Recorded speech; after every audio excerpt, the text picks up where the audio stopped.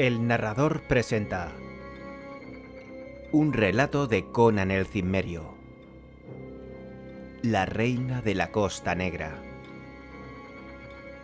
de Robert E. Howard, narrado por José Manuel Serrano.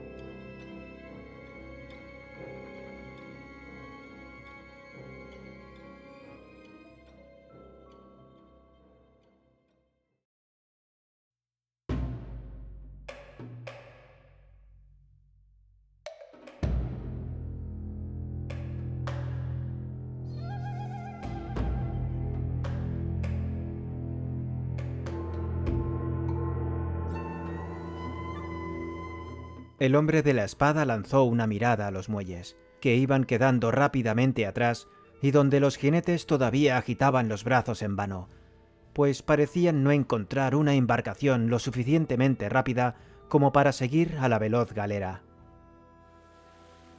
«Yo soy Conan el Cimmerio», repuso el joven. «He venido a Argos en busca de una plaza en el ejército, pero como no había ninguna guerra, me encontré sin trabajo». «¿Por qué te persiguen esos guardias?», preguntó Tito. «Sé que no es asunto mío, pero pensé que quizá no tengo nada que ocultar», dijo el Cimmerio. «Por Crom, aunque he pasado mucho tiempo entre vosotros, los hombres civilizados, todavía no entiendo vuestra forma de actuar. Pues bien, anoche estaba en una taberna y un capitán de la Guardia Real quiso abusar de la amiga de un soldado joven que, por supuesto, mató al oficial. Pero parece ser que hay una maldita ley que castiga severamente a quienes matan a los guardias del rey, y por ello el soldado y la muchacha tuvieron que huir. Se corrió el rumor de que me habían visto con ellos, y por eso me llevaron hoy ante el magistrado, que me preguntó hacia dónde habían huido los dos jóvenes. Yo respondí que puesto que él era mi amigo, no podía traicionarlo. El tribunal se indignó, y el juez, furioso, habló acerca de mis deberes hacia el Estado, la sociedad y otras cosas que no entendí, y me ordenó que revelara el paradero de mi amigo. Por consiguiente, y viendo que estaban todos locos, desenvainé mi espada y le partí la cabeza al juez. Después me abrí paso entre el público presente, y al ver allí cerca el caballo del alguacil, me apoderé de él y cabalgué hasta los muelles, donde esperaba encontrar un barco que partiera hacia el extranjero. «Bueno», dijo Tito con aire disgustado, «los tribunales me han perjudicado muchas veces en ocasión de litigios con ricos mercaderes, por lo que no les guardo ningún afecto. Tendré que responder a muchas preguntas si vuelvo a este puerto, pero supongo que podré demostrar que actué bajo amenaza de muerte. Puedes envainar tu espada. Somos pacíficos marinos y no tenemos nada contra ti. Además, no está mal tener a bordo un guerrero como tú. Vamos a popa a beber una jarra de cerveza». «Me parece bien», repuso rápidamente el Cimmerio mientras envainaba su espada. El Argus era un barco pequeño y resistente, como todos los que comerciaban entre los puertos de Zingara y Argos y los de las costas del sur. Estas embarcaciones solían mantenerse siempre a la vista de la costa, y raras veces se aventuraban en alta mar. El Argus tenía una proa alta rematada en una roda curva. Era ancho en el centro y se afinaba nuevamente hacia popa, desde donde se le hacía avanzar con un remo muy largo. El principal medio de propulsión lo suministraba la gran vela de seda con franjas de colores, auxiliada por un foque. Los remos se utilizaban para entrar o salir de los puertos y bahías, así como en las calmas, cuando no soplaba el viento. Había 10 remos por banda, 5 a proa y 5 a popa de la cubierta central. La carga de mayor valor se colocaba debajo de esta cubierta de proa. Los marineros dormían en cubierta o entre las filas de bancos, protegidos durante el mal tiempo por unos baldaquines. La tripulación estaba compuesta por 20 hombres que manejaban los remos, 3 en el timón y el capitán del barco. Así pues, el Argus avanzó resueltamente hacia el sur, ayudado por el buen tiempo reinante. El sol calentaba más intensamente a medida que pasaban los días, por lo que se plegaron los baldaquines de seda con franjas de colores que hacían juego con las velas y con las brillantes telas doradas de la proa y de las bordas. Después de unos días de navegación, avistaron la costa de Shem, formada por extensas praderas onduladas en las que se divisaban de lejos los blancos remates de las torres de las ciudades, así como algunos jinetes de barba negra y narices aguileñas que, sentados en sus corceles a lo largo de la costa, contemplaban con recelo el paso de la galera. Esta no fondeó allí, pues era escaso el beneficio que se obtenía comerciando con los fieros y astutos hijos de Shem. Tampoco se decidió el capitán Tito a atracar en la amplia bahía a la que iba a desembocar el caudaloso río Stinch y donde se alzaban los elevados castillos negros de Kemi sobre las aguas azules. Ningún barco entraba sin ser invitada en aquel puerto, donde unos brujos morenos lanzaban terribles hechizos entre el humo oscuro de los sacrificios, que ascendía permanentemente de los altares manchados de sangre. En estos había mujeres desnudas que gritaban desesperadamente, y Set, la antigua serpiente, el superdemonio de los Iborios pero dios de los Estigios, retorcía los brillantes anillos de su cuerpo entre sus fieles. El patrón del barco se apartó de aquella costa de ensueño y de aguas transparentes, aun cuando, tras un promontorio de tierra, apareció una góndola con una proa en forma de serpiente y un grupo de desnudas muchachas morenas con grandes flores rojas en el pelo llamaban a los marineros y se ofrecían descaradamente en poses incitantes. Luego dejaron de verse las brillantes torres de la costa. Habían dejado atrás la frontera de Estigia y navegaban a lo largo de las costas de Kush. El mar y sus caminos eran una fuente de misterios insondables para Conan, que había nacido y se había criado en las elevadas montañas del norte. Por su parte, el bárbaro también despertaba el interés de los rudos marineros que jamás habían visto a un hombre de su raza. Eran marineros típicos de Argos, bajos y fornidos. Conan era mucho más alto que ellos, y dos juntos no alcanzaban a tener la fuerza del bárbaro. Aunque ellos eran resistentes y robustos, el cimmerio tenía la fuerza y la vitalidad de un lobo, con los músculos duros y los nervios aguzados por la vida que solía llevar en las zonas más inhóspitas del mundo. El cimmerio siempre tenía una sonrisa a flor de labios, pero era igual de rápido y terrible para la cólera. Conan tenía un apetito prodigioso, y las bebidas fuertes constituían su pasión y su debilidad. Era ingenuo como un niño en muchos aspectos, y no terminaba de acostumbrarse a los artificios de la civilización. Tenía una gran inteligencia natural, era muy celoso de sus derechos y podía ser peligroso como un tigre hambriento. Aunque era joven por su edad, los viajes y las guerras lo habían endurecido, y su estancia en muchos países se hacía evidente en su indumentaria. El casco adornado con cuernos era característico de los rubios aesires de Northeim. Su camisa de malla de acero, así como las placas para proteger sus extremidades, se contaban entre los trabajos más finos de los artesanos de Koth. La fina malla que protegía sus brazos y piernas era de Nemedia. La espada que ceñía al cinto era un enorme sable forjado en Aquilonia, y su magnífica capa de color escarlata solo podía ser producto de los telares de Ofir.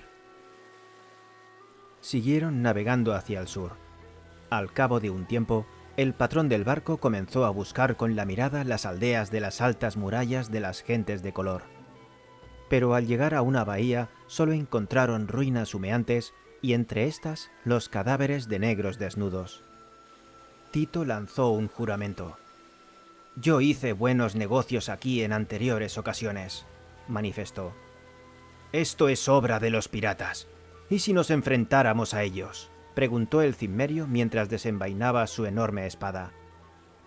«Este no es un barco de guerra», repuso el capitán. «Nosotros escapamos, no luchamos. Sin embargo, algunas veces hemos vencido a la tripulación de un barco pirata, aunque nunca nos hemos enfrentado al Tigresa, de Belit». ¿Quién es Belit? La más salvaje y demoníaca de las mujeres. A menos que haya visto mal, Fueron sus carniceros quienes arrasaron esa aldea de la bahía. Ojalá pueda verla algún día colgando de un peñol. La llaman la reina de la Costa Negra. Es una mujer de raza shemita que manda sobre un grupo de hombres negros. Constituyen una amenaza para la navegación y ya han enviado a muchos buenos comerciantes al fondo del mar. Tito trajo del puente de popa unas chaquetas acolchadas, así como cascos de acero, arcos y flechas. «De poco servirá enfrentarnos a ellos si nos atacan», dijo con un gruñido. «Pero duele en el alma dar la vida sin presentar un poco de resistencia». Era justo el alba cuando el vigía lanzó una voz de alarma. En torno al extenso cabo de una isla situada a estribor, se deslizó la forma amenazante y esbelta de una larga galera con una cubierta que iba de proa a popa a más altura de lo normal. 40 remos a cada lado la impulsaban velozmente por el agua, y las bordas estaban atestadas de negros desnudos que entonaban cánticos y golpeaban sus lanzas contra unos escudos ovalados. En lo alto del mástil ondeaba un largo pendón de color carmesí. «¡Belit!», exclamó Tito palideciendo. «¡Atención! ¡Poned la nave a cubierto! Vamos hacia aquella caleta. Si conseguimos llegar a la costa antes de que nos aborden, tendremos posibilidades de escapar con vida».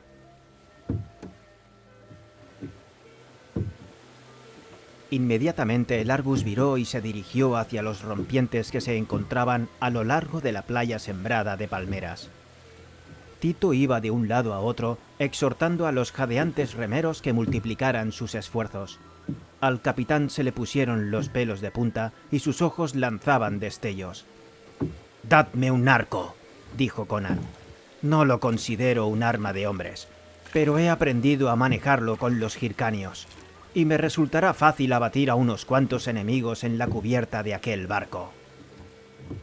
De pie sobre el puente de popa, el cimmerio observó la galera en forma de serpiente que avanzaba ligeramente sobre las olas.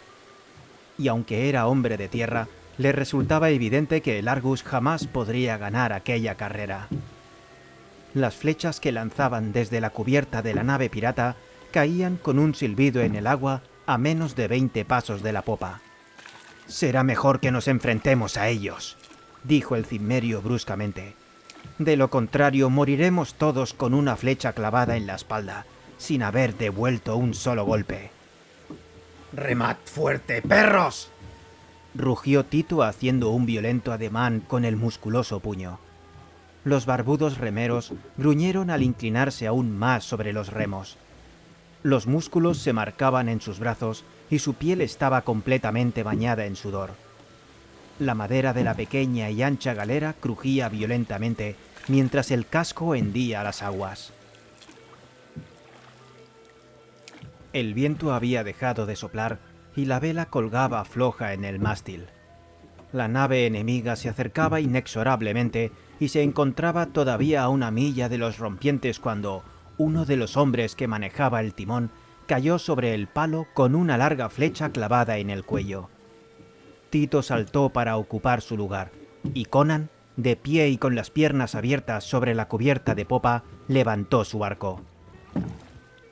Ahora alcanzaba a ver algunos detalles del barco pirata.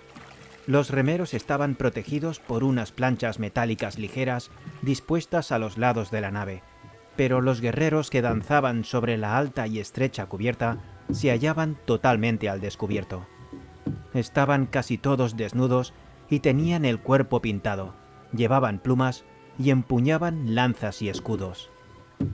En la elevada plataforma de proa se erguía una delgada figura cuya piel blanca constituía un deslumbrante contraste con el brillo de ébano de los hombres que se encontraban a su alrededor. Era Belit sin duda alguna.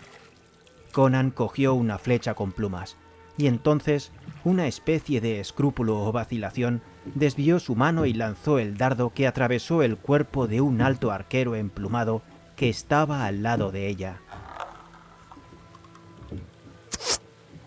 El barco pirata iba ganando distancia al barco más pequeño. Las flechas llovían sobre la cubierta del Argus y algunos de sus tripulantes lanzaban un grito de vez en cuando. Todos los timoneles habían caído bajo la lluvia de flechas, y Tito manejaba solo el pesado timón mientras lanzaba maldiciones y hacía esfuerzos inauditos con los brazos y piernas. Pero en ese momento se derrumbó con un estertor porque una flecha que tenía clavada en la espalda le había atravesado el corazón. El Argus quedó a la deriva, a merced de la marejada. Los tripulantes comenzaron a gritar aumentando la confusión, y entonces Conan decidió tomar el mando, como era habitual. «¡Arriba el ánimo, muchachos!», rugió mientras disparaba una flecha. «Empuñad vuestras armas y devolved a esos perros algunos golpes antes de que os corten el pescuezo. Ya de nada vale que os esforcéis sobre los remos.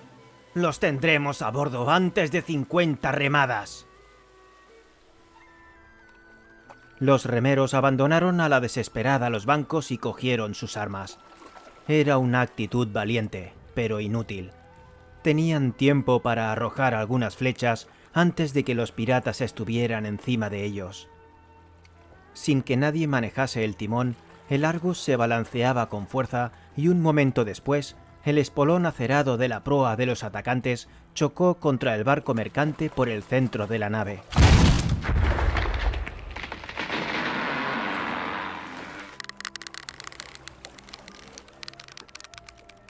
Los rezones crujieron.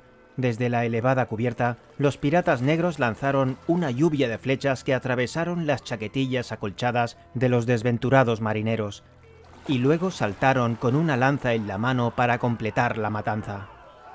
En la cubierta del barco pirata yacían una docena de cadáveres, fruto de la destreza de Conan con el arco. La lucha en el Argus fue breve y sangrienta. Los rechonchos marineros no pudieron oponer resistencia a los bárbaros de elevada estatura y fueron cayendo de uno en uno. En otro lugar de la nave, la lucha había tomado un cariz especial. Conan, de pie sobre la elevada popa, se hallaba al mismo nivel que la cubierta del barco pirata.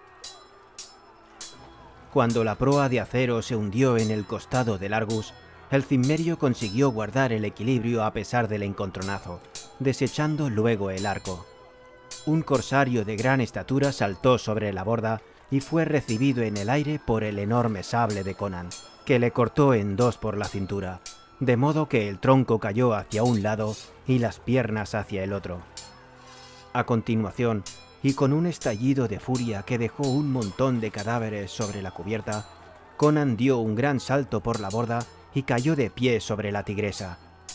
En un instante, Conan se convirtió en el centro de un huracán de violencia. A su alrededor zumbaban las flechas y las lanzas, pero él se movía con una velocidad enceguecedora. Las flechas rebotaban en su armadura o azotaban el aire, al tiempo que su espada cortaba el aire con un son de muerte.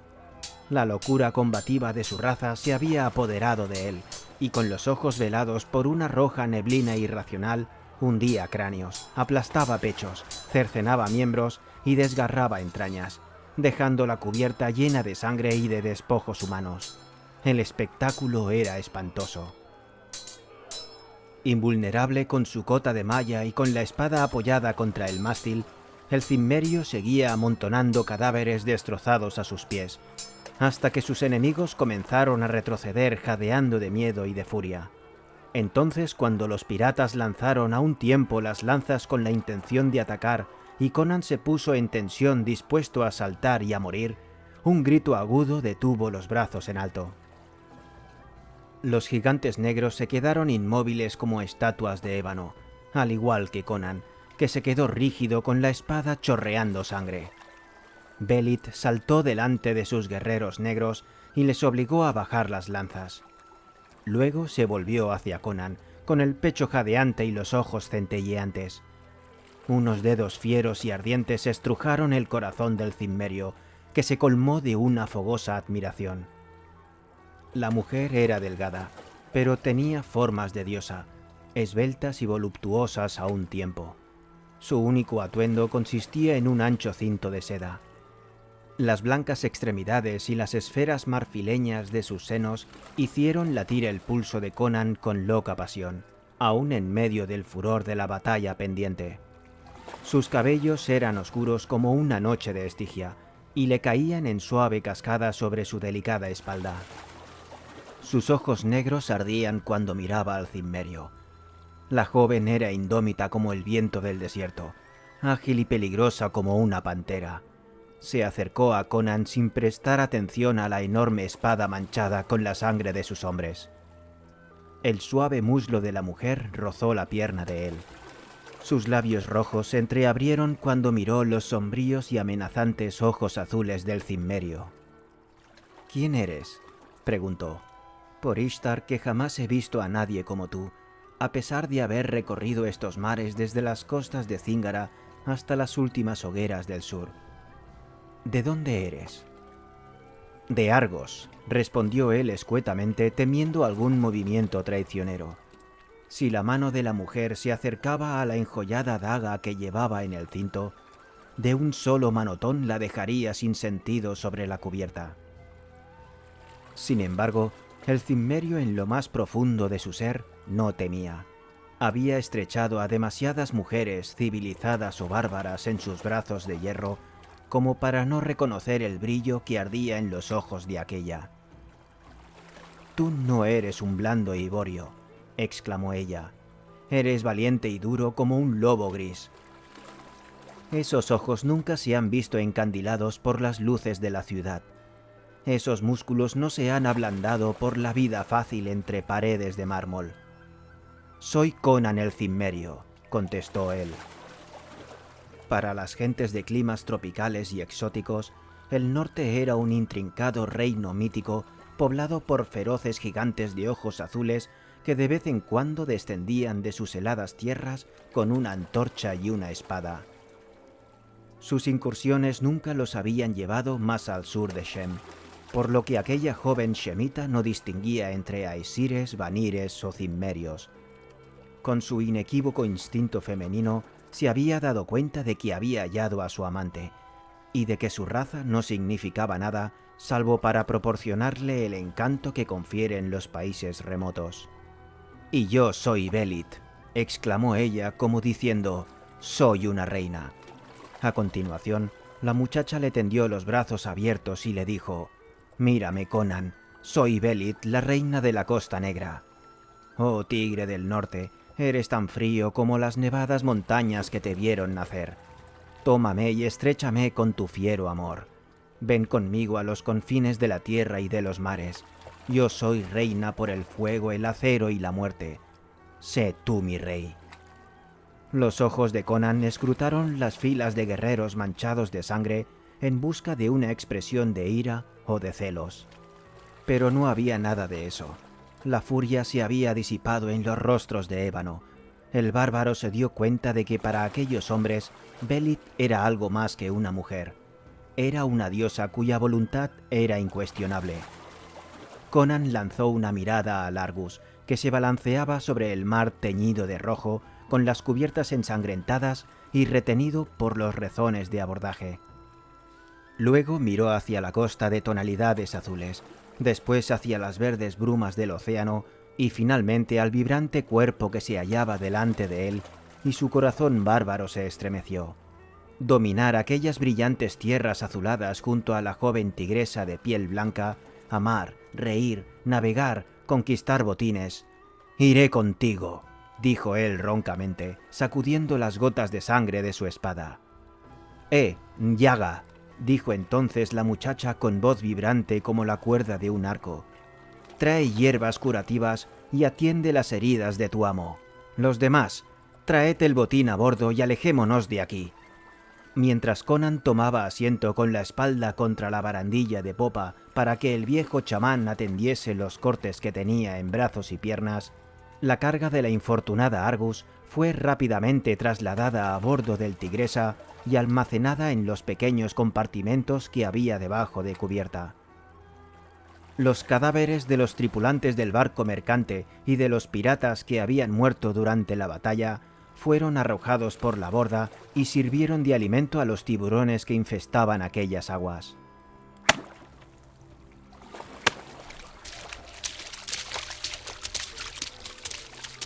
Los piratas heridos quedaron en el centro de la cubierta para ser curados. A continuación se soltaron los rezones de abordaje y mientras el Argus se hundía silenciosamente en las aguas teñidas de sangre, el Tigresa se alejaba hacia el sur entre rítmicos golpes de remo.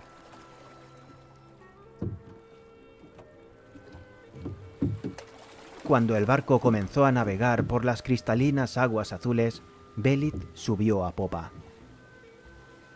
Sus ojos ardían como los de una pantera en la oscuridad cuando se quitó sus adornos, sus sandalias y su cinto de seda y arrojó todo a los pies del cimmerio. Entonces, poniéndose de puntillas, con los brazos extendidos hacia arriba y completamente desnuda, gritó a sus gentes: «Lobos del mar azul, observad la danza del apareamiento de Belit, cuyos padres fueron reyes de Asgalun». Y bailó como un torbellino en el desierto, como una llama inextinguible, como el impulso de la creación y de la muerte. Sus pies blancos rozaban suavemente la cubierta manchada de sangre, y los moribundos se olvidaron de morir mientras la contemplaban extasiados. Entonces, al tiempo que las blancas estrellas brillaban tenuemente a través del terciopelo azul del atardecer, haciendo de su cuerpo una borrosa llama marfileña, Belit lanzó un grito salvaje y se arrojó a los pies de Conan. El ciego deseo del cimmerio le hizo olvidar el mundo cuando estrujó su jadeante cuerpo contra las negras placas de su pecho acorazado.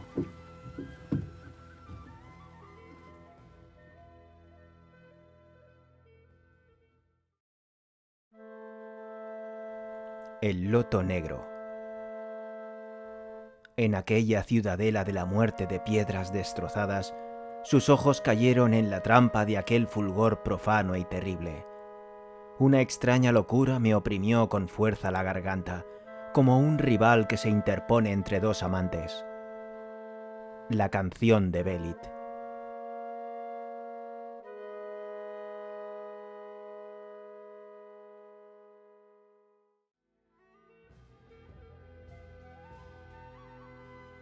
El Tigresa surcó los mares y todas las aldeas negras de la costa se estremecieron.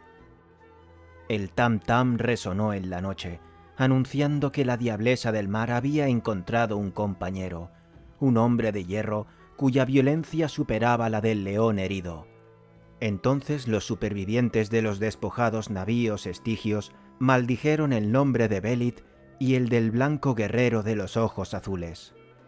Por ello los príncipes estigios recordaron eternamente a este hombre, y su memoria fue un árbol amargo que dio frutos de color carmesí en los años que siguieron. Pero el Tigresa siguió navegando despreocupado como el viento errante, hasta que ancló frente a las costas del sur, en la desembocadura de un caudaloso y turbulento río, cuyas orillas eran murallas selváticas llenas de misterio. «Este es el río Zarkeva, que significa muerte», dijo Belit. «Sus aguas son venenosas. ¿Ves cuán turbias y cenagosas fluyen? Solo los reptiles ponzoñosos pueden vivir en ese río. Los hombres de piel negra lo evitan siempre. Una vez una galera estigia que huía de mi barco se internó por este río y desapareció. Yo anclé en este mismo lugar, y algunos días después la galera volvió flotando a la deriva sobre las aguas oscuras. Estaba desierta y su cubierta aparecía manchada de sangre. Había un solo hombre a bordo, pero se había vuelto loco y murió sollozando. El cargamento estaba intacto, pero la tripulación había desaparecido silenciosa y misteriosamente. Amado mío, yo creo que a orillas de este río hay una ciudad. He oído relatos acerca de torres gigantescas y de murallas que contemplaron desde lejos los pocos marineros que osaron remontar esta corriente. Nosotros no tememos a nada ni a nadie. Conan, vayamos hacia allí y saqueemos la ciudad». Conan asintió, como hacía generalmente cuando Belit trazaba un plan. Ella era quien planeaba las incursiones, y el cimmerio quien las llevaba a cabo. Poco le importaba a él hacia dónde navegar o contra quién combatiesen, mientras no dejaran de navegar y de combatir. El Cimmerio estaba satisfecho con ese tipo de vida. Las batallas habían mermado la tripulación. Solo quedaban unos 80 lanceros, apenas lo suficientes para la larga galera. Pero Belit no quería perder el tiempo navegando hacia el sur hasta las remotas islas donde reclutaba a sus bucaneros. La fogosa muchacha estaba deseando emprender aquella aventura. Por consiguiente, la tigresa se internó por la desembocadura del río. Los remeros tuvieron que esforzarse a fondo para superar el empuje de la caudalosa corriente. Doblaron el misterioso recodo que impedía la vista desde el mar, y al atardecer ya navegaban entre los bancos de arena en los que se movían extraños y ondulantes reptiles. Pero no vieron ni un solo cocodrilo, ni divisaron animal alguno ni pájaros que acudieran a saciar su sed en aquellas aguas. Continuaron avanzando en la oscuridad que precede a la salida de la luna, entre costas que eran como sólidas empalizadas de una vegetación impenetrable, de donde llegaba de vez en cuando un misterioso rumor de crujidos y de pisadas sigilosas, y se divisaban el fulgor de unos ojos amenazantes. Y una vez que se oyó la voz inhumana y burlona de un mono, Belit dijo que las almas de los hombres malvados estaban presas en aquellos animales parecidos al hombre como castigo por sus crímenes pasados.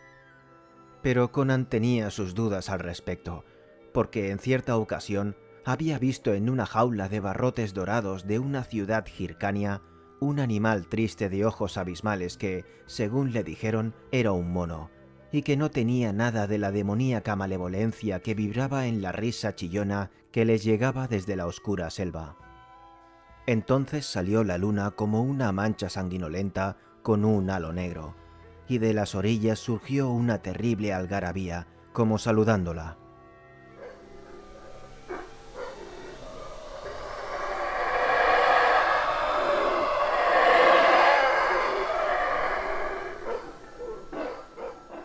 Los rugidos, aullidos y gritos hicieron temblar a los guerreros negros, pero aquel bullicio, según pudo notar Conan, procedía del interior de la selva, como si los animales, al igual que los hombres, huyeran de las negras aguas del Zarkeva.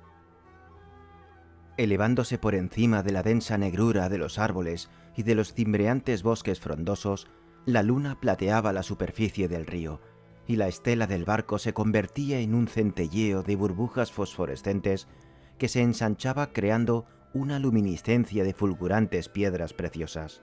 Los remos se hundían en las aguas y salían como empapados de plata helada. Las plumas de los guerreros se balanceaban bajo el viento y las gemas de las empuñaduras y arneses resplandecían con una luz helada. La fría luz de la luna iluminaba también las joyas que adornaban los negros rizos de Belit cuando extendió su hermoso cuerpo sobre una piel de leopardo colocada sobre la cubierta. Apoyada sobre los codos y con la barbilla entre las manos, la joven observaba el rostro de Conan, que estaba acostado a su lado con la oscura melena agitada bajo la tenue brisa. Los ojos de Belit eran como oscuras gemas que ardían a la luz de la luna. El misterio y el terror nos rodean, Conan, y nos deslizamos hacia el reino del horror y de la muerte, dijo Belit. ¿Tienes miedo? Por toda respuesta, él se limitó a encoger los hombros cubiertos con la cota de malla. Tampoco yo tengo miedo, repuso ella con aire meditabundo. Jamás lo tuve. He contemplado demasiadas veces los desnudos colmillos de la muerte. Dime, Conan, ¿temes a los dioses?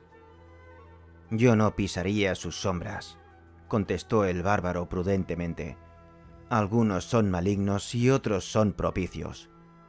Al menos eso afirman sus sacerdotes. Mitra, la diosa de los Iborios, debe ser una diosa fuerte, porque su pueblo ha construido ciudades en todo el mundo. Pero hasta los Iborios temen a Set. Y Bel, dios de los ladrones, es un dios bueno.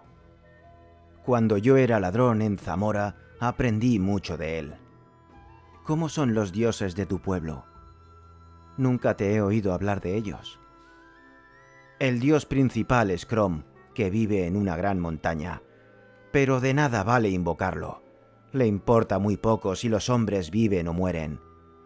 Es mejor callar que reclamar su atención, ya que suele enviar desdichas y no fortuna. Es implacable y sin compasión, pero infunde poder para luchar y matar en el momento de nacer. ¿Qué más puede pedir un ser humano? ¿Y cómo es vuestro mundo más allá del río de la muerte?, insistió ella. En el culto de mis gentes no hay esperanza aquí ni en el más allá, respondió Conan. En este mundo los hombres luchan y sufren en vano, y solo encuentran placer en el torbellino enloquecedor de la batalla. Una vez muertos, sus almas entran en un reino gris, lleno de nubes y azotado por vientos helados, donde vagan tristes y melancólicas durante toda la eternidad. Belit se estremeció y dijo: «Por mala que sea la vida, es mejor que semejante destino. ¿Tú qué crees, Conan?». El cimmerio se encogió de hombros una vez más y dijo: «He conocido muchos dioses. Quien niegue su existencia está tan ciego como el que confía en ellos con una fe desmesurada. Yo no busco nada después de la muerte. Puede que exista la oscuridad de la que hablan los escépticos nemedios, o el reino helado y nebuloso de Crom, o las llanuras nevadas, o los grandes salones de piedra del Valhalla de los habitantes de Nordheim. No lo sé ni me importa. Que me dejen vivir intensamente mientras viva. Quiero saborear el rico jugo de la carne roja y sentir el sabor ácido del vino en mi paladar. Gozar del cálido abrazo de una mujer y de la jubilosa locura de la batalla cuando llamean las azules hojas de acero. Eso me basta para ser feliz. Que los maestros, los sacerdotes y los filósofos reflexionen acerca de la realidad y la ilusión. Yo solo sé esto, que si la vida es ilusión, yo no soy más que eso, una ilusión, y ella, por consiguiente, es una realidad para mí. Estoy vivo, me consume la pasión, amo y mato. Con eso me doy por contento». «Pero los dioses son reales», dijo ella, siguiendo la línea de sus pensamientos. «Y por encima de todo están los dioses shemitas, Ishtar, Ashtoreth, Derketo y Adonis. Bel también es shemita, pues nació en la antigua Shumir hace muchísimo tiempo, y entró en el mundo riendo con su barba rizada y sus ojos pícaros e inteligentes a robar las joyas de los reyes de la antigüedad. Existe la vida más allá de la muerte, yo lo sé, y también sé esto, Conan de Cimmeria», dijo Belit poniéndose ágilmente de pie y estrechándole con un brazo de pantera. «Sé que mi amor es más fuerte que la muerte. Me has estrechado en tus brazos, jadeando con la violencia de nuestro amor. Me has cogido y estrujado y me has conquistado, atrayéndome el alma a tus labios con la violencia de tus hirientes besos. Mi corazón está soldado al tuyo, mi alma es parte de tu alma. Si yo muero y tú tuvieras que luchar por tu vida, yo volvería del abismo para ayudarte. Sí, lo haría tanto si mi espíritu flotara bajo las velas purpúreas del mar cristalino del paraíso, como si se retorciese entre las llamas del infierno. Soy tuya, y ni los dioses ni la eternidad podrán separarnos». Un grito de espanto llegó desde el puesto de proa. Tras apartar a Belit a un lado, Conan se puso en pie de un salto con la espada resplandeciente bajo la luz de la luna y los pelos de punta por la escena que estaba viendo. El vigía negro se tambaleaba sobre la cubierta, apoyado en algo que parecía el tronco de un árbol oscuro y sinuoso que se balanceaba sobre la barandilla. Entonces Conan se dio cuenta de que se trataba de una gigantesca serpiente que había saltado por encima de la borda y sujetaba al desdichado vigía con sus enormes fauces. Las chorreantes escamas brillaban pálidamente bajo la luz de la luna a medida que el reptil se retiraba de la cubierta, mientras el guerrero atrapado gritaba y se retorcía como una rata en los colmillos de una serpiente pitón. Conan corrió hacia la proa y, alzando su enorme espada, casi cortó en dos al gigantesco animal, que era más grueso que el cuerpo de un hombre. La sangre empapó la cubierta mientras el monstruo moribundo se alejaba sin soltar a su víctima, hasta que se hundió en el tenebroso río anillo tras anillo, dejando tras de sí una sanguinolenta espuma bajo la cual el hombre y el reptil desaparecieron juntos. A partir de entonces, Conan prosiguió la guardia personalmente, pero ningún otro monstruo llegó reptando desde las cenagosas profundidades del río. Cuando el cielo clareaba en la selva, el cimmerio divisó los negros colmillos de unas torres oscuras que se alzaban entre los árboles. Llamó a Belit, que aún dormía sobre la cubierta envuelta en su capa de color escarlata, y ella corrió a su lado con los ojos brillantes por la emoción. La joven ordenó a sus guerreros que prepararan los arcos y las flechas. Entonces sus hermosos ojos se abrieron desorbitados. Lo que vieron cuando doblaron un recodo y quedó ante su vista aquella orilla era el fantasma de una ciudad. La maleza y los arbustos crecían profusamente entre las piedras rotas y las losas de lo que en un tiempo habían sido calles, plazas y grandes patios. Por todas partes, excepto en la misma orilla del río, crecía la selva, ocultando columnas caídas y túmulos derruidos con su verde veneno. Aquí y allá se veían enormes torres que alzaban su precario equilibrio contra el cielo de la mañana, así como columnas rotas que sobresalían por encima de los muros en ruinas. En el centro de la plaza se levantaba una pirámide de mármol rematada por una fina estatua, hasta que sus ojos agudos percibieron señales de vida.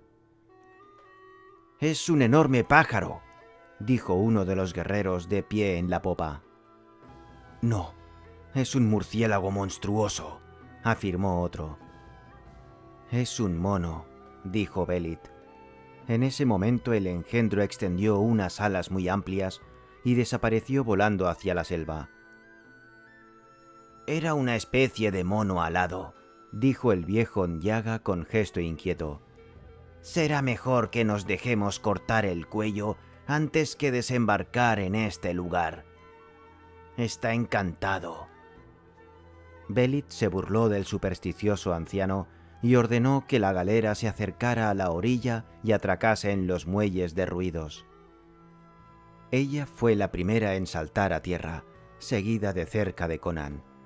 Luego desembarcó la tropa de piratas de piel de ébano con sus blancas plumas ondeando bajo la brisa de la mañana, con las lanzas preparadas y los ojos observando con recelo la selva que los rodeaba.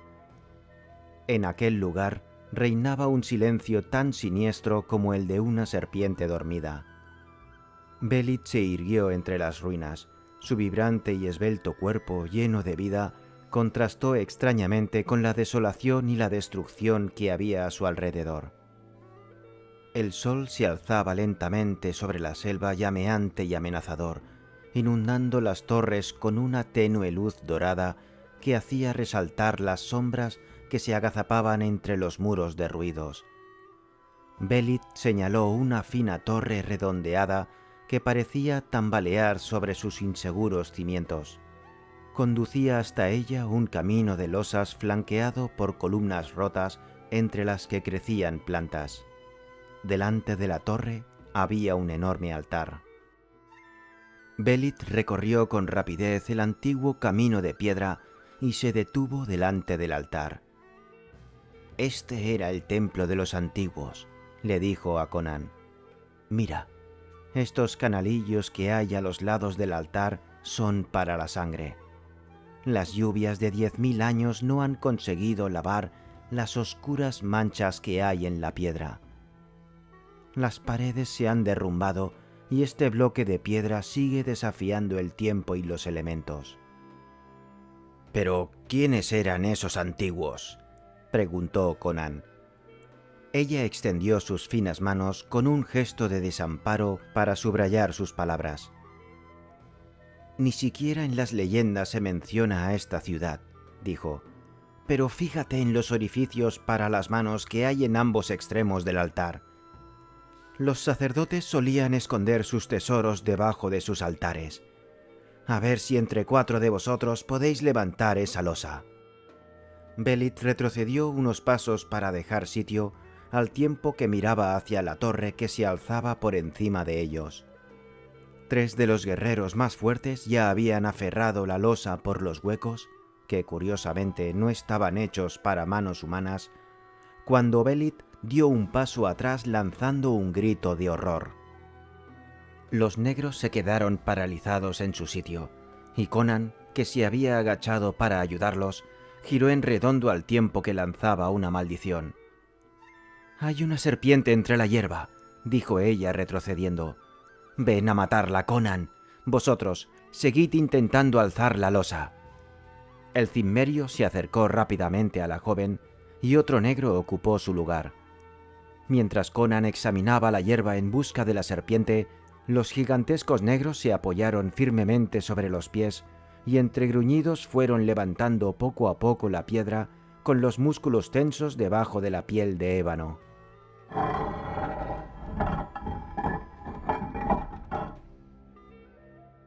La losa del altar giró repentinamente hacia un lado. Al mismo tiempo se oyó un terrible estruendo y la torre se desplomó sepultando a los 4 negros bajo los bloques de piedra. Un grito de horror surgió entre las filas de sus compañeros. Los finos dedos de Belit se clavaron en el brazo de Conan.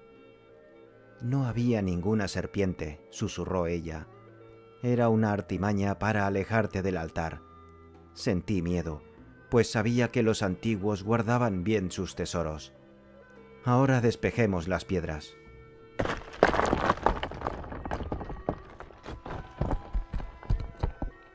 Eso hicieron, y luego levantaron los cuerpos destrozados de los 4 hombres. Debajo de estos los piratas hallaron una cripta tallada en la roca viva. El altar, que giraba ingeniosamente hacia un lado por medio de rodillos de piedra, había servido de tapadera. A primera vista parecía que la cripta estaba llena a rebosar de un fuego líquido que reflejaba la temprana luz del sol con 1.000.000 de facetas resplandecientes. Allí, ante los ojos atónitos de los piratas, había una fortuna incalculable. Diamantes, rubíes, sanguinarias, zafiros, turquesas, piedras de la luna, ópalos, esmeraldas, amatistas y otras gemas desconocidas que relucían como los ojos de una mujer maligna. La cripta estaba abarrotada de brillantes piedras preciosas que centelleaban bajo los rayos del sol. Al tiempo que lanzaba un grito, Belit se dejó caer de rodillas entre los escombros manchados de sangre junto al borde de la cripta y hundió sus blancos brazos hasta el hombro en aquel mar de esplendor. Luego retiró los brazos aferrando algo que le hizo lanzar otro grito de asombro. Tenía en la mano una larga sarta de rubíes que parecían coágulos de sangre unidos por un grueso hilo de oro.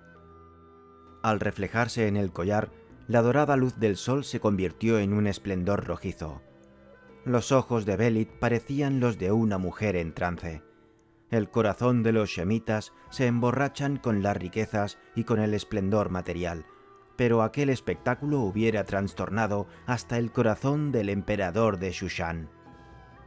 «¡Recoged esas piedras preciosas, perros!», gritó ella sin poder dominar su emoción. «Mirad». Un musculoso brazo negro señaló en dirección al tigresa y Belit giró en redondo enseñando los dientes, como si esperara ver a un pirata rival acercándose para despojarla del botín.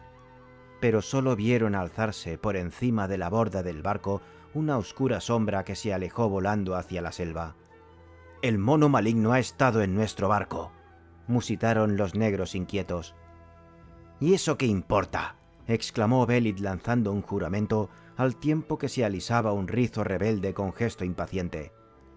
«Haced una litera con las lanzas y las capas para cargar todas estas joyas». Conan, ¿dónde demonios vas?» «Voy a echar un vistazo a la galera», dijo el cimmerio con un gruñido.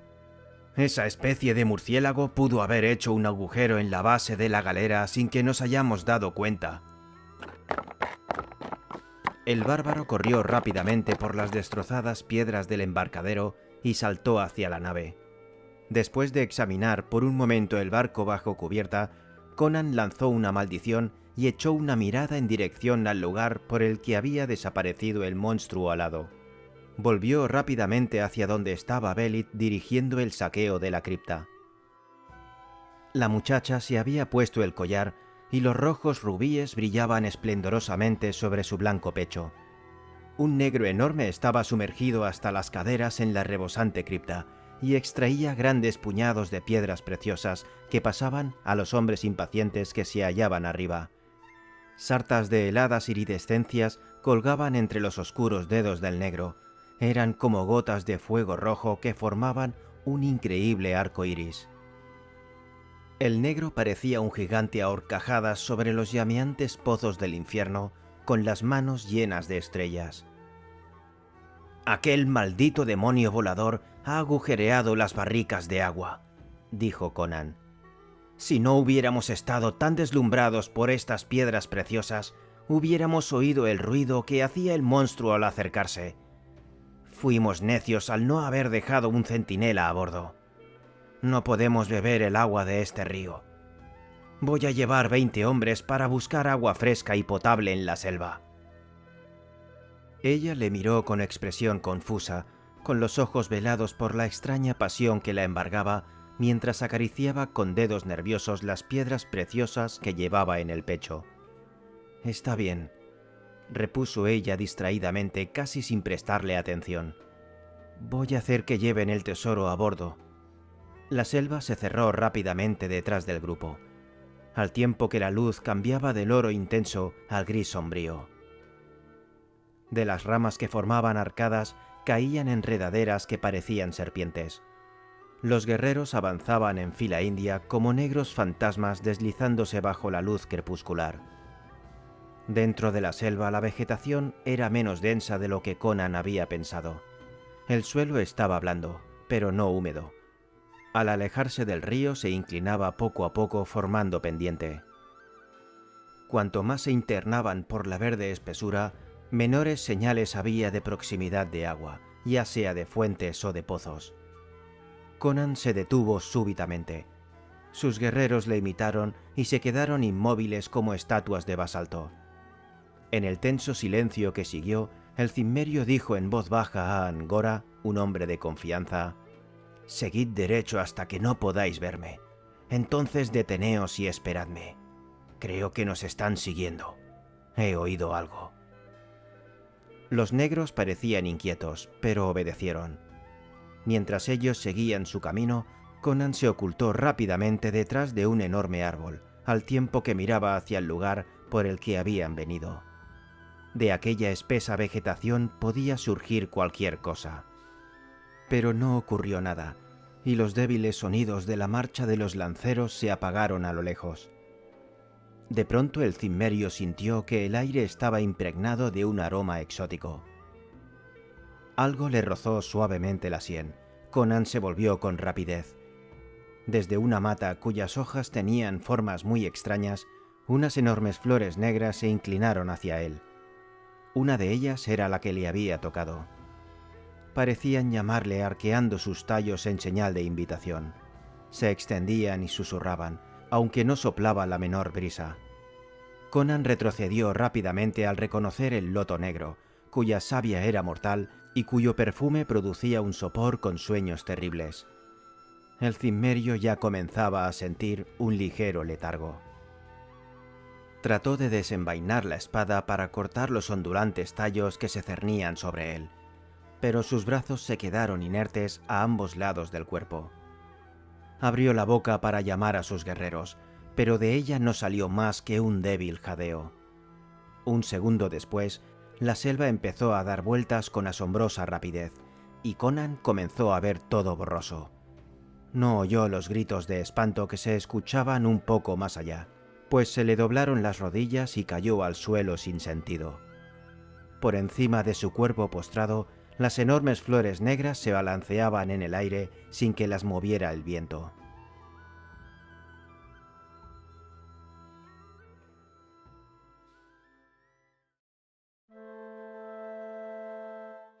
Horror en la selva. ¿Fue un sueño lo que trajo el loto negro? Entonces maldito sea el sueño que angustió mi vida, y maldita la rezagada hora que no ve la cálida sangre goteando del cuchillo de color carmesí. La canción de Belit.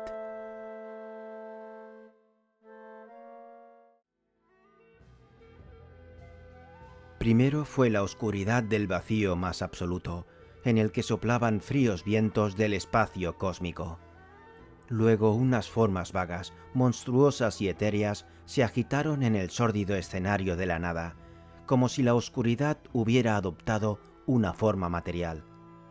El viento siguió soplando hasta que se formó un vórtice, una pirámide giratoria de rugiente negrura del que salió la forma y la dimensión.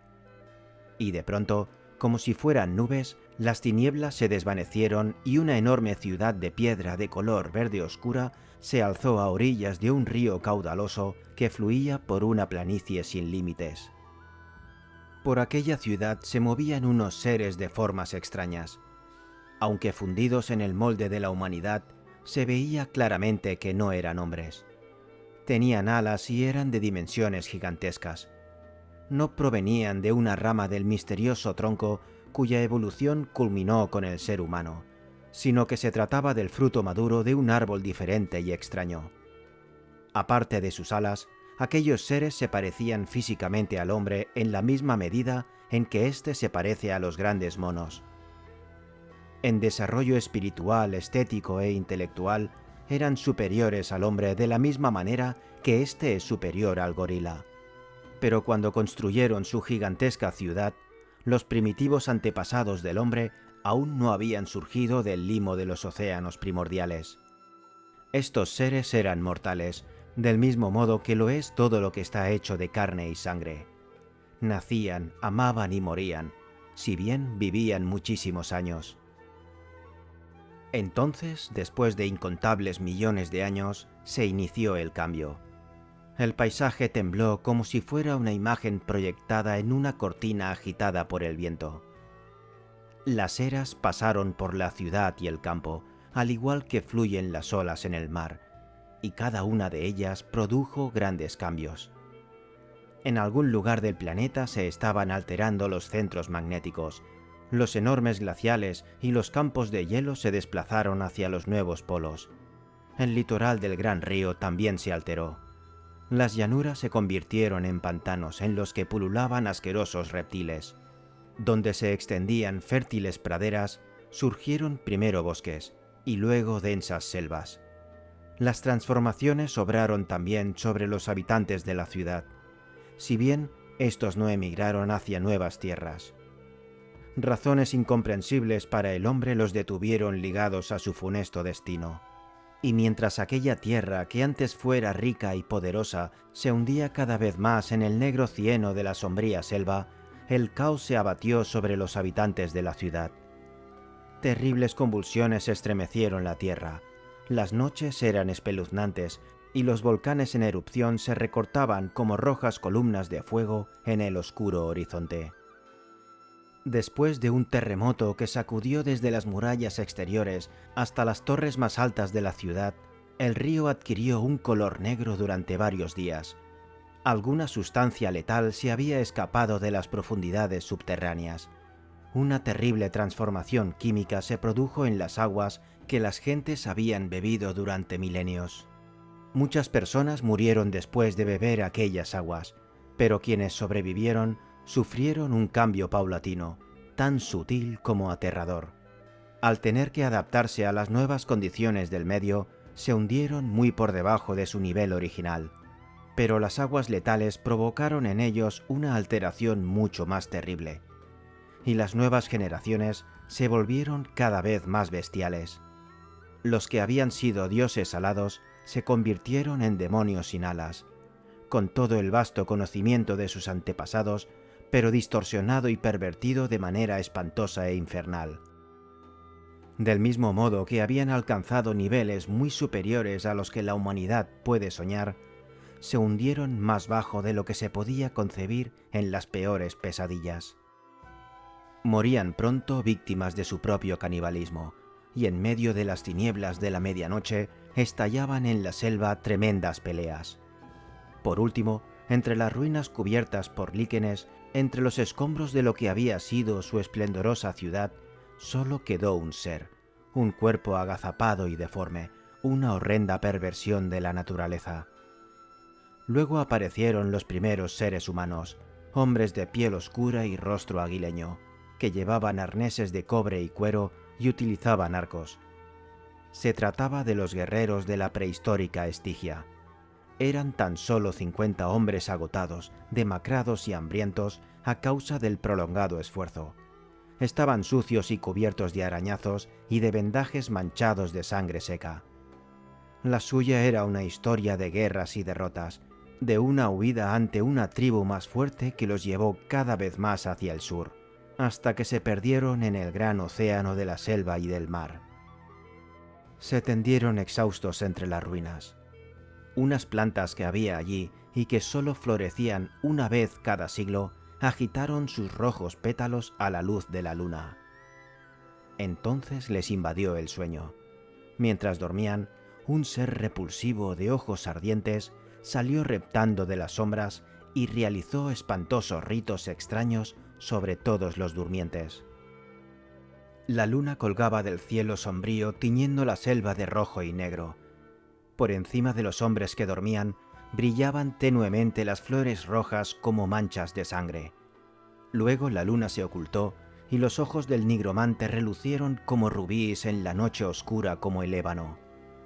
Cuando el alba extendió su blanco velo sobre el río, no había hombres a la vista, solo el espantoso ser alado y peludo que estaba agazapado en medio de un círculo de 50 hienas enormes de piel manchada que apuntaban con sus temblorosos hocicos hacia el cielo mortecino y aullaban como las almas condenadas en el infierno.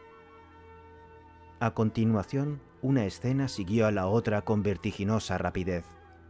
Hubo un movimiento confuso, un retorcerse y fundirse de luces y sombras contra el fondo de la negra selva, las ruinas de piedras verdes y el cenagoso río. Unos hombres negros llegaron río arriba en barcas que tenían una calavera en la proa. Otros se ocultaron sigilosamente entre los árboles con lanzas en la mano. Corrían gritando en la oscuridad, huyendo de un par de ojos rojos y de unos colmillos imponentes. El aullido de hombres moribundos estremeció las sombras. Unos pies furtivos avanzaron en silencio y unos ojos de vampiro horadaron las tinieblas con su fuego rojo. Hubo festines aterradores a la luz de la luna, ante cuyo disco luminoso una sombra con alas de murciélago aleteaba sin cesar. Y de repente, en claro contraste con aquellas escenas, por el recodo del río se vio llegar una larga galera atestada de brillantes cuerpos de ébano, en cuya proa se alzaba un gigante de piel blanca cubierto con una malla de acero. En ese momento Conan se dio cuenta de que estaba soñando. Hasta aquel instante no había tenido consciencia de su existencia individual.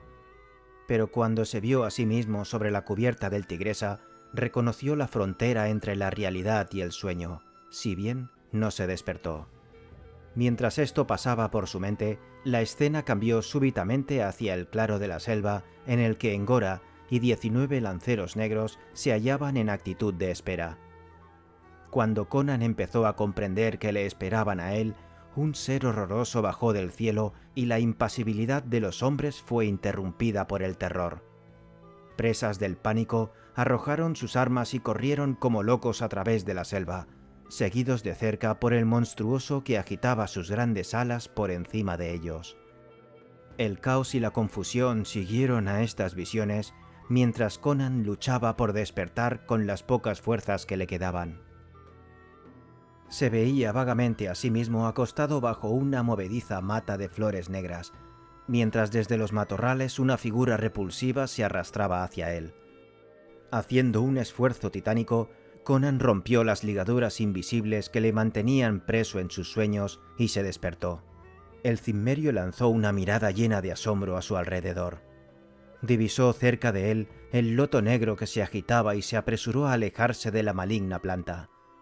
En el mullido suelo, cerca de donde se encontraba, vio un rastro que semejaba el de un animal al acecho antes de salir de su escondrijo para luego retirarse sin llevar a cabo su propósito. Aquellas huellas parecían las de una hiena increíblemente grande. Conan gritó para llamar a Angora. Un silencio primordial se cernía sobre la selva en la que sus gritos sonaron frágiles y huecos como una burla. No podía ver el sol, pero su instinto de hombre salvaje, conocedor de la naturaleza, le indicó que el día llegaba a su fin. Una sensación de pánico le invadió al darse cuenta de que había estado sin sentido durante muchas horas. Rápidamente siguió las huellas de los lanceros hasta que llegó a un claro. Allí se detuvo en seco y un escalofrío le recorrió el cuerpo al reconocer el claro que había visto en el sueño que tuvo bajo la influencia del loto negro. Había escudos y lanzas desparramadas por todas partes, como si hubieran sido arrojados al emprender una precipitada fuga. Por las huellas que llevaban fuera del claro, de vuelta hacia la espesura de la selva, Conan se dio cuenta de que los lanceros negros habían escapado frenéticamente de algo que les amenazaba. Las pisadas se superponían y se confundían entre los árboles. Con la velocidad del rayo, el cimmerio salió de la selva y llegó hasta una rocosa colina empinada que caía de pronto, formando un abrupto precipicio que tenía unos 12 metros de altura. En el borde del abismo había algo agazapado. Al principio, Conan creyó que se trataba de un enorme gorila negro. Luego vio que era un negro gigantesco que estaba sentado en cuclillas, como un mono, con los largos brazos colgando y una baba espumosa cayéndole de los labios. Solo cuando ese ser lanzó un alarido que parecía un sollozo y corrió hacia él levantando las manos, Conan advirtió que se trataba de Ngora. El negro hizo caso omiso del grito de Conan y atacó con los ojos en blanco y los brillantes dientes al descubierto. Su rostro era una máscara inhumana. Con la piel erizada por el horror que la locura siempre inspira a las personas cuerdas, Conan alzó la espada y traspasó con ella el cuerpo del negro. Luego, evitando las garras que se tendían hacia él mientras Ngora caía, avanzó hacia el borde del precipicio.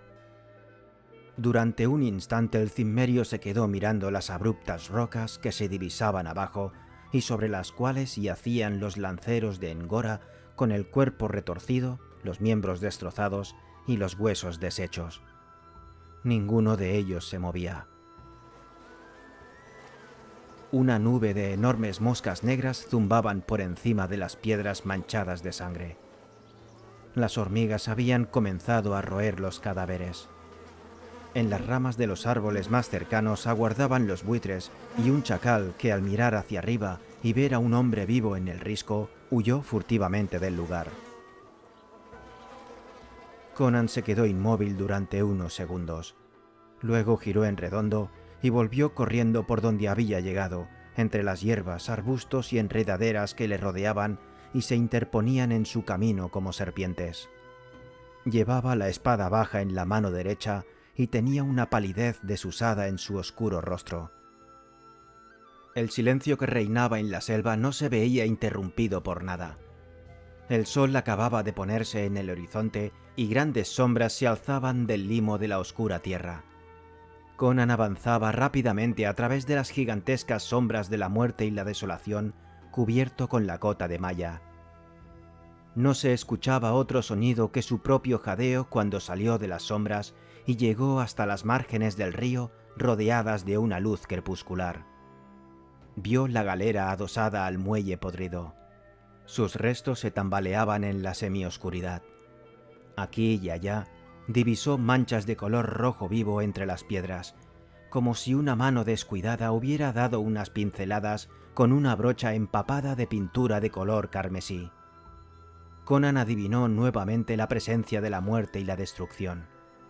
Frente a él yacían sus hombres, tendidos en el espacio que iba desde el límite de la selva hasta la orilla del río, entre las columnas rotas y a lo largo de los muelles derruidos, mutilados y devorados a medias, como tristes remedos de seres humanos. Alrededor de los cadáveres y de sus miembros cercenados, se veían numerosas huellas de enormes patas similares a los rastros que dejan las hienas. Conan avanzó en silencio por el muelle. y al acercarse a la nave vio que de la cubierta colgaba algo que brillaba con un claro tono marfileño.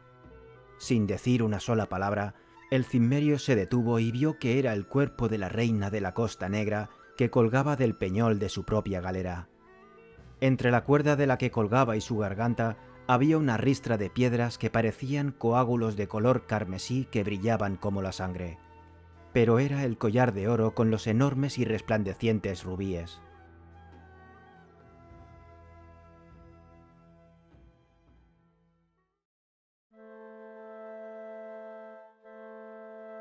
Ataque desde el aire. Estaba rodeado de negras sombras. Las fauces chorreantes se abrieron desmesuradamente y cayeron gotas rojas más gruesas que la lluvia. Pero mi amor era más fuerte que el negro hechizo de la muerte, y ni siquiera las puertas de hierro del infierno podrían alejarme de su lado. La canción de Belit.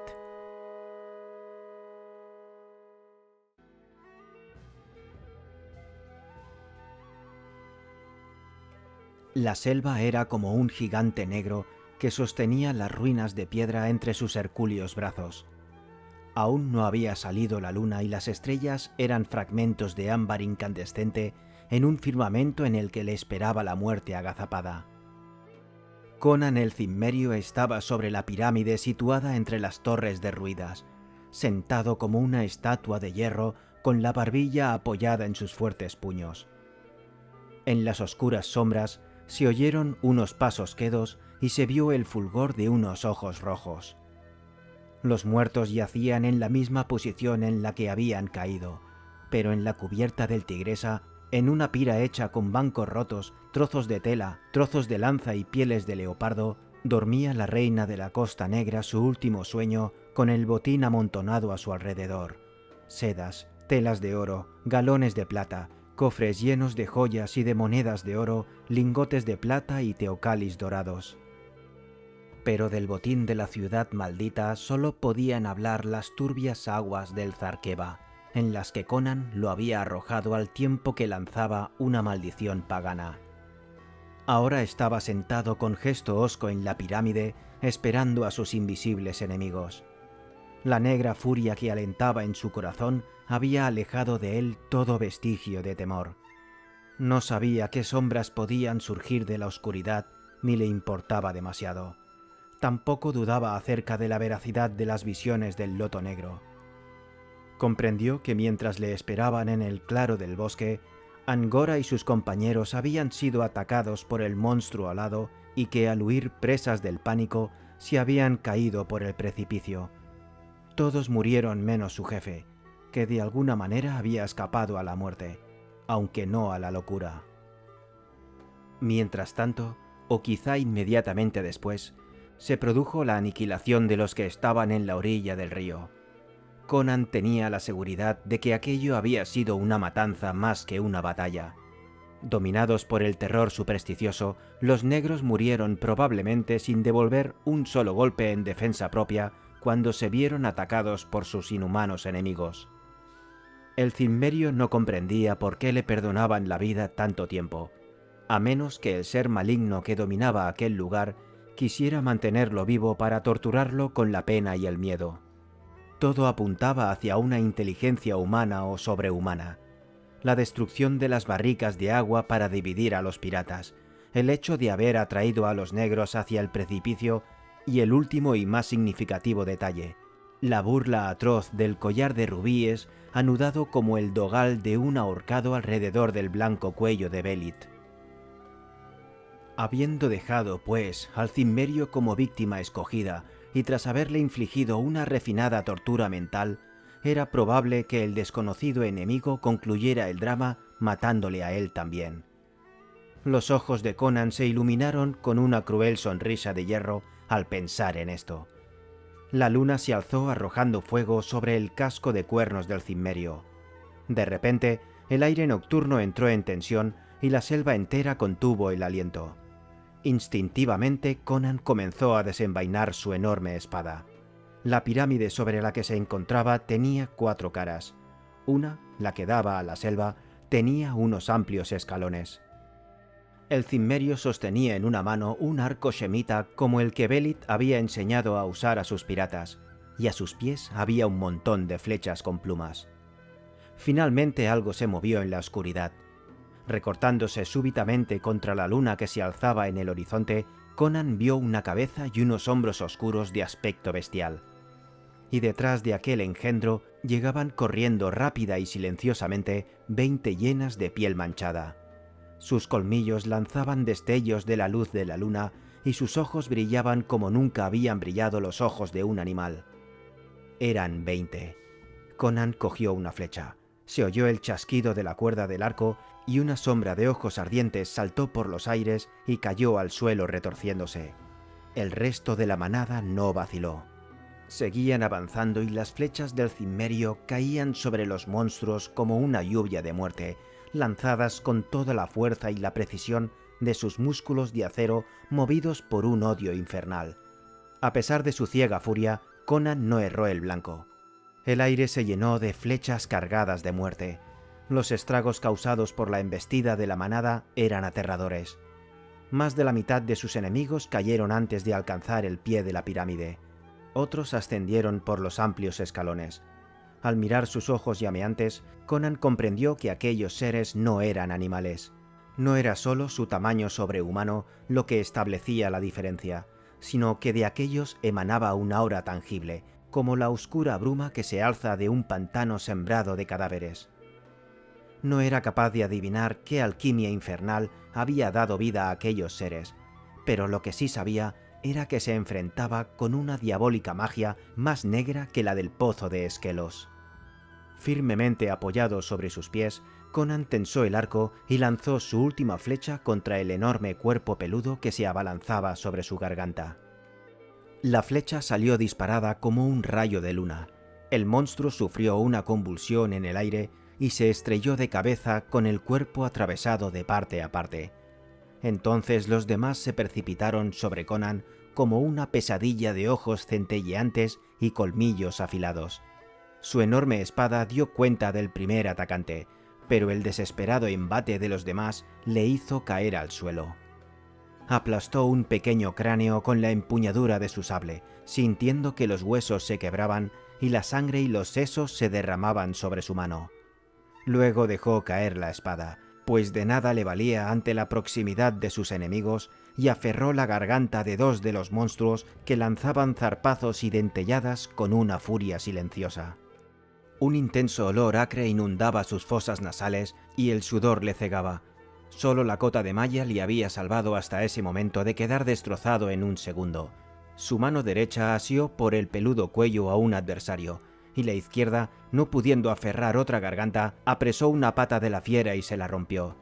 Un breve quejido, el único grito aterradoramente semihumano que se oyó en aquella lúgubre batalla, partió de las fauces de la bestia. Ante aquel espantoso horror que le produjo ese grito infrahumano, Conan aflojó involuntariamente a su presa. Otro de sus malignos enemigos, con la sangre chorreando de la destrozada yugular, saltó sobre Conan en un último espasmo de violencia y le clavó los colmillos en el cuello, si bien cayó muerto en el mismo instante. La otra fiera, apoyándose en sus 3 patas ilesas, se abalanzó sobre el vientre del cimmerio, lanzando dentelladas como un lobo, y le destrozó varios eslabones de su cota de malla. Conan esquivó a la bestia agonizante y le levantó con un esfuerzo que hizo surgir un quejido de sus labios manchados de sangre. Se tambaleó por un momento sintiendo el aliento fétido y caliente del monstruo sobre su rostro, con las mandíbulas chasqueando al lado de su cuello, y luego le arrojó con violencia. Enseguida se oyó el crujido de los huesos rotos al chocar contra los escalones de mármol. Mientras se tambaleaba tratando de recobrar el equilibrio y el aliento, el cimmerio oyó el espantoso aleteo de un murciélago. Conan se puso nuevamente a la defensiva, sacó rápidamente su espada y la empuñó con fuerza, asestando un mandoble con las 2 manos. Luego sacudió la sangre que empañaba sus ojos y su rostro para mirar al cielo con intención de ver a su alado enemigo. Pero en lugar del esperado ataque procedente del aire, Conan notó súbitamente que la pirámide se tambaleaba y vio que la elevada columna que estaba junto a él oscilaba como un péndulo. Aferrándose a la vida con todas sus fuerzas, Conan saltó lo más lejos que pudo. Sus pies dieron en un escalón situado hacia el centro de la pirámide, y el siguiente salto lo impulsó lejos del monumento. En el momento en que sus talones se apoyaban en el suelo, por un instante cataclísmico, del cielo parecieron llover fragmentos de piedra y de mármol. Poco después, la luna iluminaba con su luz blanquecina un montón de escombros. Conan se quitó de encima los pequeños trozos de piedra que cubrían parte de su cuerpo, y en ese momento un fuerte golpe le despojó del casco y le dejó momentáneamente aturdido. Encima de sus piernas tenía un enorme fragmento de columna que lo inmovilizaba contra el suelo. No sabía si sus extremidades estaban rotas o no. Sus negros rizos estaban impregnados de sudor, y la sangre le goteaba de las heridas que había recibido en la garganta y en las manos.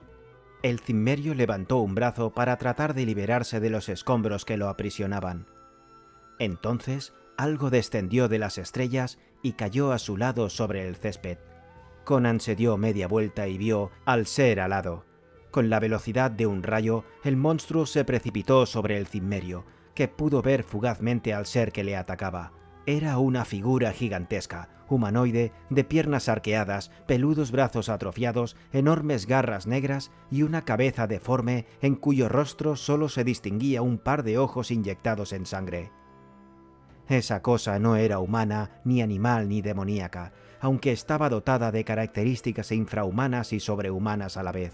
Pero Conan no tenía tiempo para reflexiones ni especulaciones.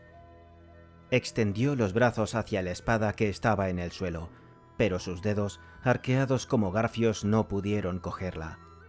Lleno de desesperación, trató de empujar el trozo de columna que inmovilizaba sus piernas y las venas de las sienes se le hincharon por el esfuerzo. El pesado bloque fue cediendo poco a poco, pero el cimmerio se dio cuenta de que antes de que pudiera liberarse, el monstruo estaría encima de él, y sabía muy bien que aquellas negras garras significaban la muerte. El ser alado no había dejado de volar.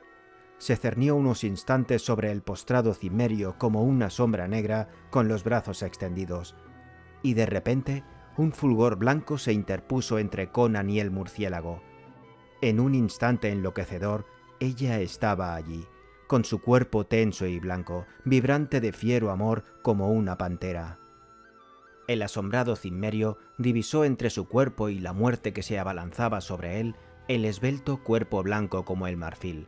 Vio el resplandor de sus ojos oscuros a la luz de la luna, la espesa mata de cabellos sedosos y brillantes, el pecho jadeante y los labios entreabiertos, que lanzaron un grito agudo que resonó como el acero cuando ella se abalanzó sobre el pecho del monstruo alado.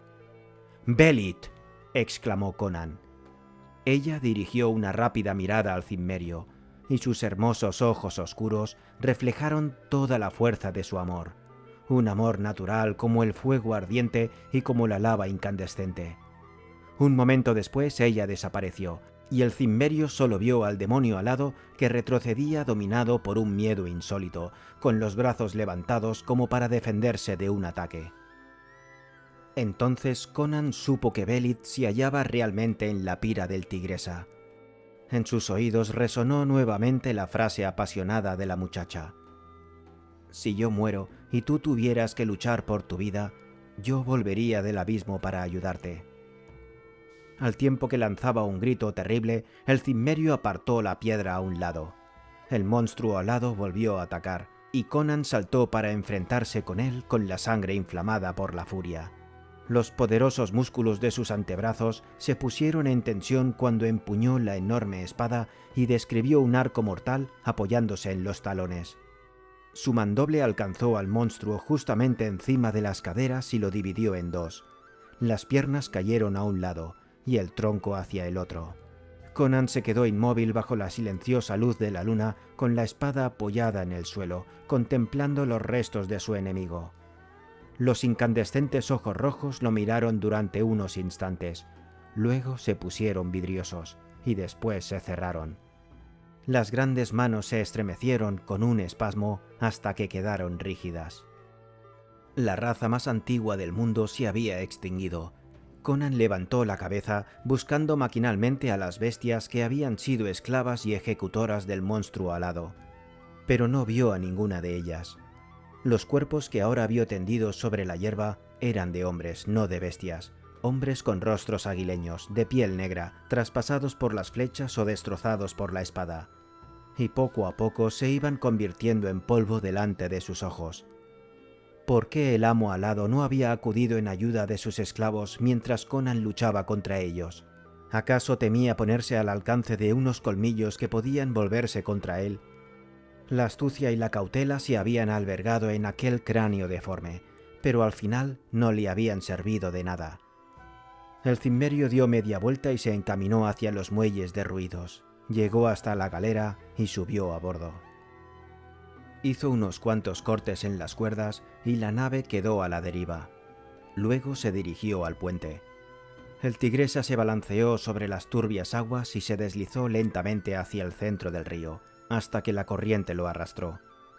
Conan se inclinó sobre el timón al tiempo que su sombría mirada se clavaba en el cuerpo que se encontraba en la pira envuelto en su capa y rodeado de riquezas que valían el rescate de una emperatriz.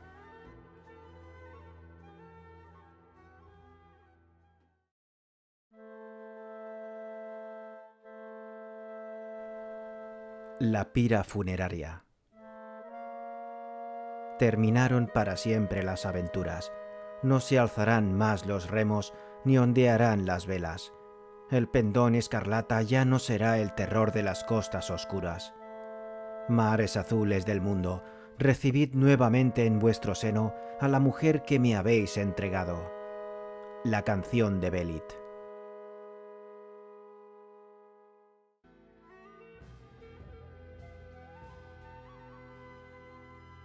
El alba tiñó nuevamente las aguas del océano de un tono violáceo. Un resplandor más rojo aún iluminó luego la desembocadura del río. Conan el Cimmerio se apoyó sobre su espada y desde la playa de arena blanca contempló el Tigresa, que se alejaba en su último viaje. No había luz en aquellos ojos que contemplaban las olas cristalinas. Sobre las ondulantes extensiones azules se alejaba toda su gloria y su alegría. Un estremecimiento le sacudió de pies a cabeza, mientras la verde superficie del mar se convertía en una misteriosa bruma de color púrpura. Belit había formado parte del mar, al que había conferido esplendor y vitalidad. Sin ella, los océanos habrían sido una vasta extensión desolada y triste. La joven había pertenecido al mar, y él la devolvía a su insondable misterio. No podía hacer más. Para Conan, el radiante esplendor azul era más odioso aún que los verdes bosques que susurraban a sus espaldas y a los que debía regresar. No había nadie conduciendo el timón del Tigresa. Ningún remo impulsaba la nave sobre las aguas.